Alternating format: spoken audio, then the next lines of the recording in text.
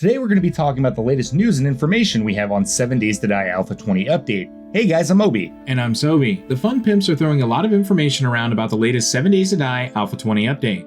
And we have a ton of news on it. What will be coming to Alpha 20? You can expect to see map and terrain, weapon, character, vehicle, and of course, zombie updates. So make sure to stick around to the end to hear all about the new 7 Days to Die Alpha 20 update. Before we get into that, we recently smashed our previous subscriber goal for 2020, 5,000 subs. Thank you so much. With the end of the year approaching, we have decided if we can get 6,000 subs before the end of the year, we'll be doing some giveaways on our Twitch channel. So if you haven't yet, make sure to hit that subscribe button. Going into the map and terrain updates, random gen maps are making a strong comeback in Alpha 20. The biggest factor in this is going to be the fact that the fun pimps are doing huge Unity overhaul, which gives them the power and resources to add the look of handcrafted terrains, but still be 100% randomly placed. That being said, generations for towns and cities will be getting a major overhaul as well. Random gen cities and towns will now be based on districts. This allows the towns to have specific POIs based on what type of town it's in. For example, a small rural town could include barns, farms, and ranch homes, or low-income homes and parks. Another example would be a downtown area, which would include downtown-style buildings/businesses and bus stations. Each district will look like it's supposed to, and the devs are adding small assets like light poles, fire hydrants, sidewalks, etc. With that also comes along limiting the number of POIs in each district. An example the devs gave was we don't want to see 6 gas stations on one street. They will be working on POI generation, so the more heavy and taxing POIs generate further apart to help with frame rates, and they will also be increasing the variety of POIs. This increase in variety holds a particular interest in the Wasteland, because they will be adding in working stiffs as well as a new hotel to this biome. They are planning to add more, as these are just the first 2 to be announced. However, in keeping with the theme of the biome, these new POIs will be more broken down and filled with rubble as compared to the nicer versions seen in other parts of the world. Speaking of other parts of the world, biome updates. The biggest news here is that they will be combining the Wasteland and the Burnt biomes into one cohesive biome. This new Burnt Wasteland will also present a new challenge with a small radiation zone in this biome,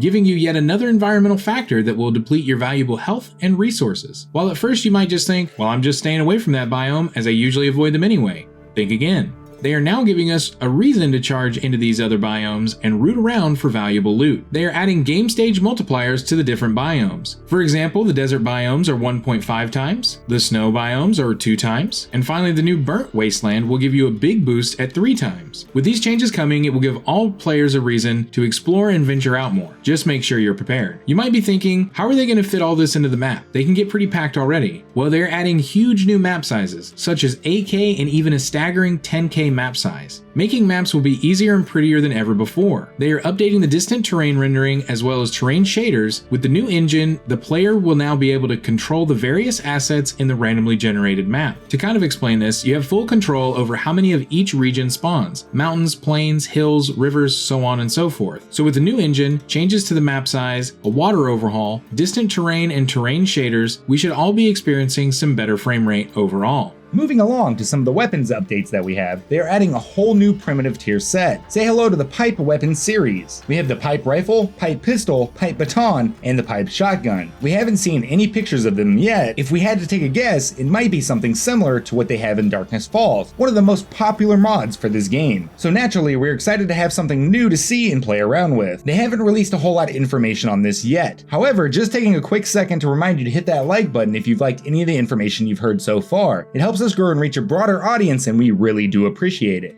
Zombies have some changes upcoming as well. The biggest and probably most requested change is going to come with the implementation of Feral Game Sense. This change is going to make it to where not only you can set the difficulty you want to play the game at, but also set how you want your zombies to be. Do you want them to be stumbling idiots? Set it. Do you want them to be vicious and have a sense of what they are doing? That's terrifying, but set it anyway. They are making changes with them in POIs as well. Now you will find some roamers instead of them just being stationary in some POIs. Just as in Alpha 19, they have some new HD zombie models planned. The one we have actually seen is the Nurse. This is a little bittersweet, as the previous model has been in the game since Alpha 1. However, the hanging jaw and more modern looking scrubs are a nice change. The 2 others that are slated for an HD overhaul are the Fat Cop and the Screamer. The Crawler and any zombies that have seemed to have lost their legs now have a little bit better chance of getting to you, as they are adding it to where zombies can fit through 1-meter holes. Hopefully at some point we can see this cross over to the players.